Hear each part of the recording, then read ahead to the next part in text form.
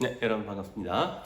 자, 오늘 34에서 39페이지 교과 내용의 거의 마지막 부분에 해당되고 단원의 제목은 화학 반응이 일어날 때 에너지는 이라는 부분입니다. 여러분들도 같이 34페이지를 한번 보도록 하겠어요. 자, 34페이지 좀 빨리 진행해 볼게요. 자, 모닥불이 펴 있는 이제 사진이 먼저 나와 있죠. 왜 따뜻해지는 것일까? 이것은 나무가 정답을 구해보면은 나무가 산소와 반응해서 이제 타는 거지. 나무가 산소와 반응하여 연소 빛과 열을 내면서 탈 때 밖으로 에너지를 방출하기 때문에 모닥불 주변이 따뜻해지는 거죠. 그러니까 나무에 에너지가 많았고 나무가 타고난 결과물 생성물의 에너지는 적고 그 차이만큼 밖으로 나온다 이렇게 생각하면 되겠어요. 그 다음에 물이 얼거나 증발할 때의 상태 변화가 일어날 때는 에너지를 방출하거나 흡수한다. 알고 있죠? 그러니까 물이 얼음이 되거나 혹은 물이 수증기가 되거나 이렇게 같은 물 분자가 분자 배열이 이제 달라져서 규칙적으로 되거나 불규칙적으로 되거나 하려면 어떻게 해야 돼? 분자들 사이의 인력을 변화시켜 줘야 되는데 그러려면 에너지를 뺏어내든지 아니면 에너지를 줘. 그죠? 가스레인지 위에다가 물을 넣고 가열을 시켜서 열을 주면 분자 간의 인력이 약해지면서 더 분자 운동이 활발해지면서 이제 기체가 되죠. 그런 과정들이 일어나기 위해서 상태 변화가 일어나기 위해서는 물 분자에게 에너지를 가하거나 혹은 물 분자가 가지고 있는 에너지를 강제로 뺏어내야 한다. 그래야만 상태 변화가 일어난다. 이건 이제 물리 변화에서 우리가 알고 있는데 화학 변화에서도 마찬가지로 반응물과 생성물 사이에 에너지 차이로 인해서 어떤 결과가 나오는지 사례들을 통해서 알아보자. 그래서 34페이지 배움 활동 철가루를 이용한 손난로 만들기 한번 보겠어요. 자, 1번 비커에 철가루, 소금, 숟가루, 그 다음에 질석 보온제를 넣고 섞는다. 그래서 이제 재료들이 준비되어 있어요. 근데 그 재료 중에서 실제로 철가루를 이용한 손난로에서 여러분들이 이제 주의할 점은 여러 가지 물질이 나와 있지만 실제로 주인공은 누구냐면 철가루가 주인공이에요. 철가루, 검은색 철가루를 이제 여기에다가 산소 기체와 반응시켜서 이제 산화철을 만드는 이런 과정이에요. 이렇게 반응을 시키는 겁니다. 그런데 이제 여기에 수치라든지 소금이라든지 이런 것들은 어떤 역할이야? 반응이 빨리 진행되도록, 그치? 천천히 반응이 진행되면 열이 나오지만 그 열의 양이 적기 때문에 우리는 빨리 열을 필요로 하는데 열을 많이 얻지 못하니까 도와주는 물질이다 이렇게 생각하면 되겠죠?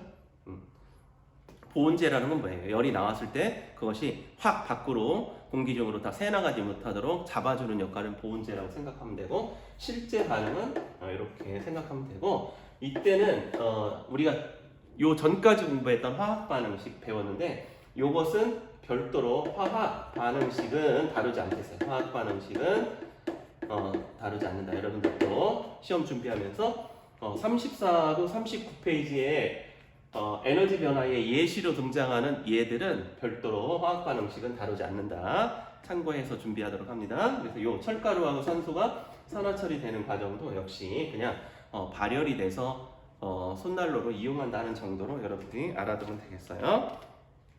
자, 거기에 이제 2번, 3번 순서로 진행돼서 4번에 보면은 드디어 이제 여러 가지 재료들을 넣고 손난로를 만들어 준 다음에 흔들어준다는 건 뭐예요? 빨리 철가루하고 산소하고 반응해서 열이 나오도록 한다 이거죠. 그래서 결론 4번에 대한 답. 손난로 표면의 온도는 어떻게 됩니까? 온도가 높아지겠지. 그다음 5번 손난로가 이제 식은 다음에 부직포를 뜯어내서 그 안에 변화를 보는 거예요. 어떻게 됐을까 그랬더니 철가루가 역시 원래는 검은색이었는데 색깔이 좀 붉은색으로 이제 바뀌어 있는 녹슬어 버린 것처럼 변화한 상태를 볼 수 있어요. 그래서 5번의 질문 봉투 속 물질은 처음과 어떻게 다른가? 철가루의 색이 달라졌다 이렇게 하면 되겠고요. 정리하기 1번 실험하기 5를 통해 봉투 안에서 일어나는 반응은 화학 반응임을 알 수 있는가? 그 까닭은 무엇이냐? 그래서 검은색 철가루가 붉은색으로 변했으며 새로운 물질이 만들어졌으므로 화학 변화다 이렇게 말할 수 있고요. 손난로를 흔들었을 때 온도가 변하는 까닭은 무엇이냐? 철이 산소와 반응하면서 에너지를 밖으로 방출했기 때문이다 이렇게 정리할 수 있겠습니다. 그래서 34페이지에 있는 배움 활동의 내용을 살펴봤고요. 35페이지 보도록 하겠습니다.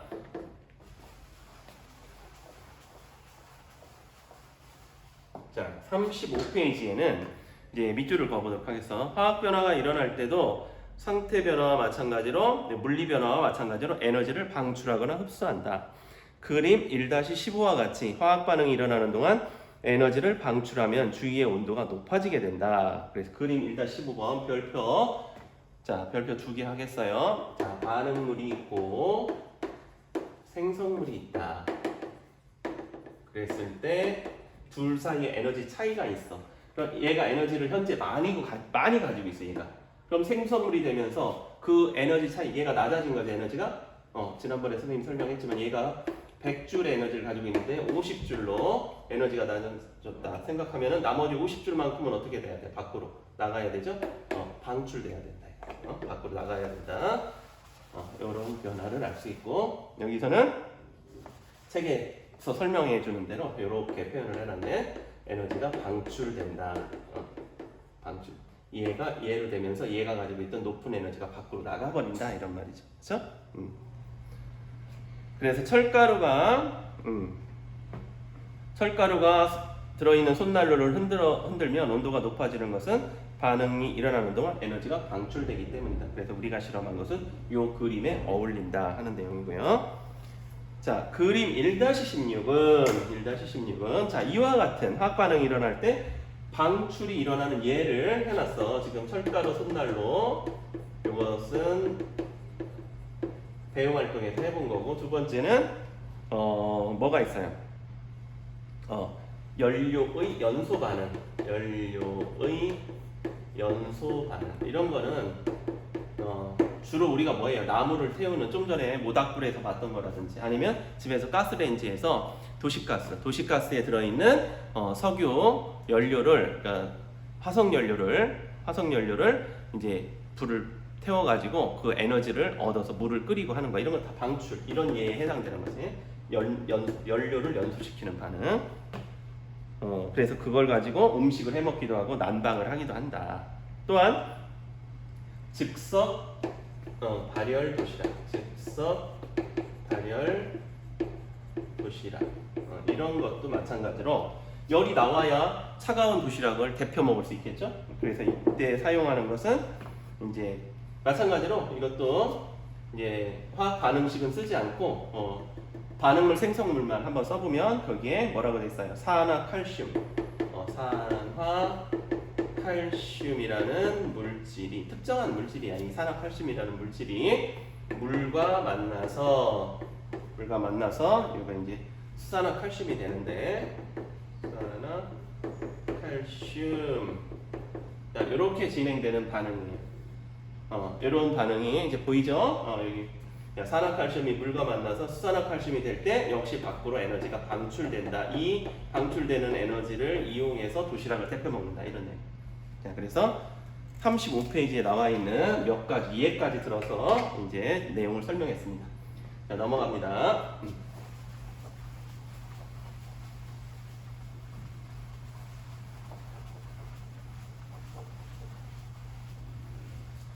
자, 그러면 이번에는 36페이지를 가보겠어요. 그렇다면 이번에는 이제 밖으로 에너지가 나가는 경우에 대해서 살펴봤는데, 외부로부터 에너지가 들어가야만 반응이 진행되는 예를 한번 살펴보자, 이거죠. 그래서 36페이지에 있는 내용을 한번 봅시다. 그렇다면 화학 반응이 일어날 때 에너지를 흡수하는 반응에는 어떤 것이 있을까? 자, 이번에는 에너지 흡수 반응의 예, 어떤 게 있을까요?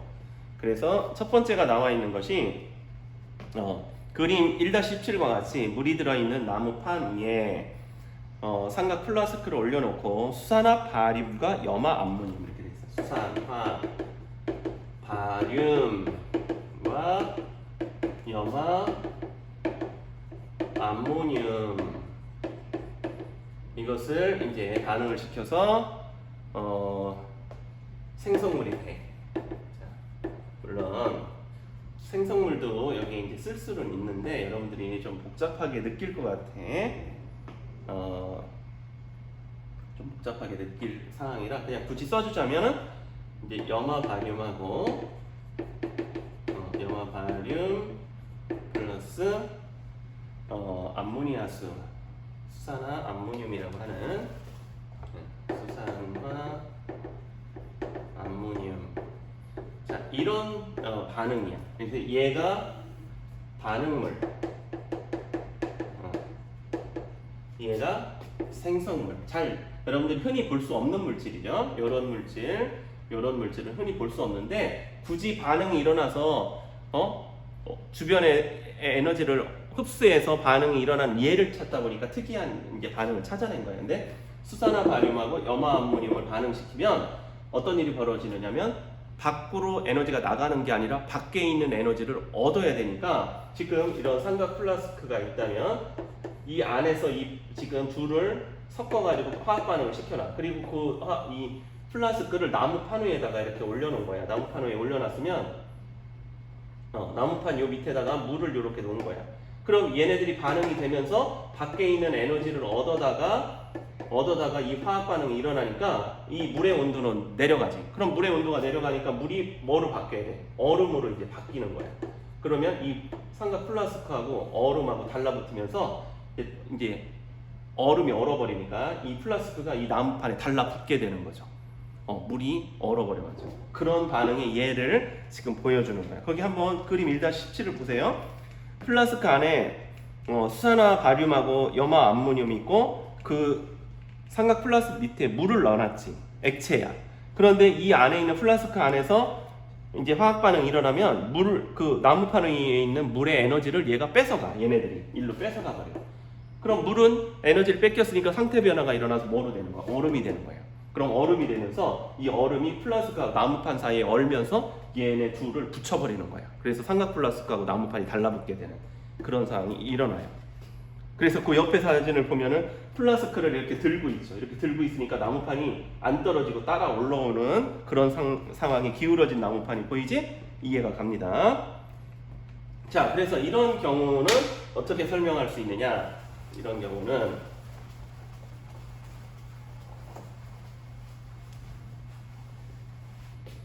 이런 경우에는 반응물과 생성물이 있다면 이런 경우는 외부로부터 에너지를 흡수해서 벌어지는 예를 이제 들어준 거예요. 자, 우리 주변에는 어떤 예가 있는지 그 밑에 보면은 밑줄 에너지를 흡수하는 반응의 예로 광합성 반응이 있다. 식물은 물과 이산화탄소로 양분을 합성할 때 에너지를 흡수한다. 또한 베이킹 파우더에는 탄산수소 나트륨이 들어있는데 탄산수소 나트륨은 가열하면 에너지를 흡수하여 분해되면서 이산화탄소를 발생시킨다. 이때 발생하는 이산화탄소가 빵을 부풀어 오르게 한다. 그래서 역시 광합성, 그 다음에 탄산수소 나트륨의 분해. 얘가 분해되려면 열을 흡수해야 돼.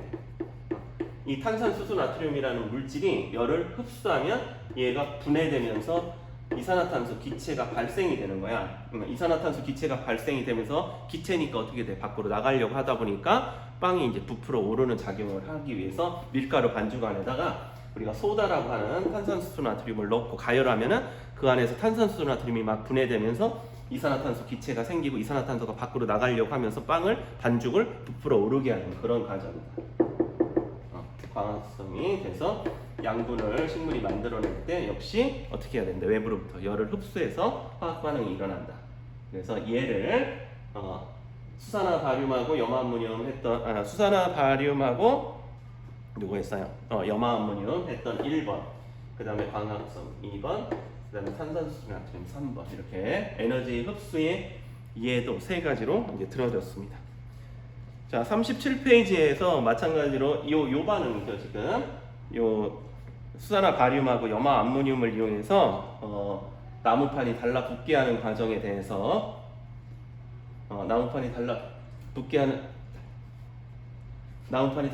하는 과정에 대해서 이제 설명을 해봤어요. 자, 요 내용들은 요런 정도로 마무리하고요.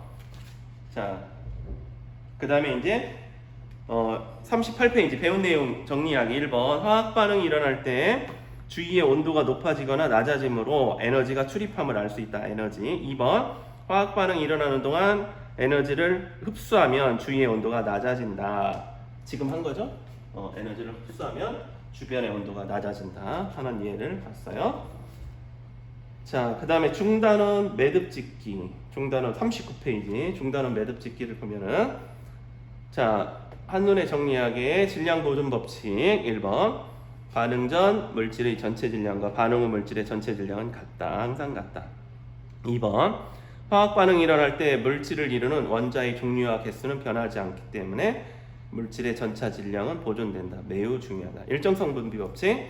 화합물을 이루는 성분 원소의 질량비는 항상 일정하다. 질량비.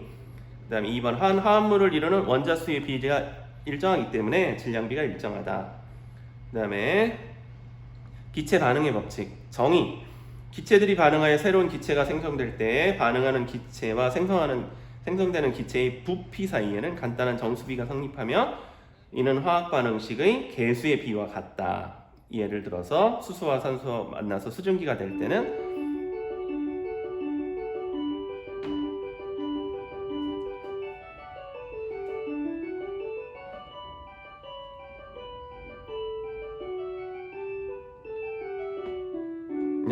그래서 반응식 2H2 플러스 O2 화살표 2H2에서 개수의 비 2대 1대 2가 곧 부피비고 분자수의 비가 된다는 거 여러분 설명했고요. 그 밑에 화학 반응과 에너지 출입.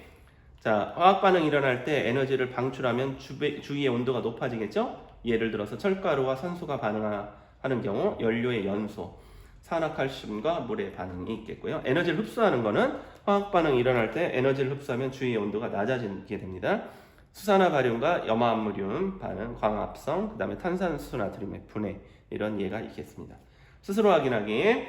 화학 반응에 관한 설명에 옳은 것을 표시해보자. 그리고 틀린 건 고쳐보자. 1번. 화학 반응이 일어나면 물질 전체 질량은 반응 전보다 항상 증가하다. 아니죠. 화학 변화가 일어날 때 물질 전체의 질량은 반응 전후 변화가 없다. 2번. 화합물을 이루는 원소의 질량비는 일정하지 않다. 아니고 화합물을 이루는 원소의 질량비는 항상 일정하다. 3번. 일정한 온도 압력에서 수소기체와 산소기체가 반응하여 수증기가 생성될 때 각 기체의 부피비는 일정하다. 맞는 답이 되겠고요. 4번.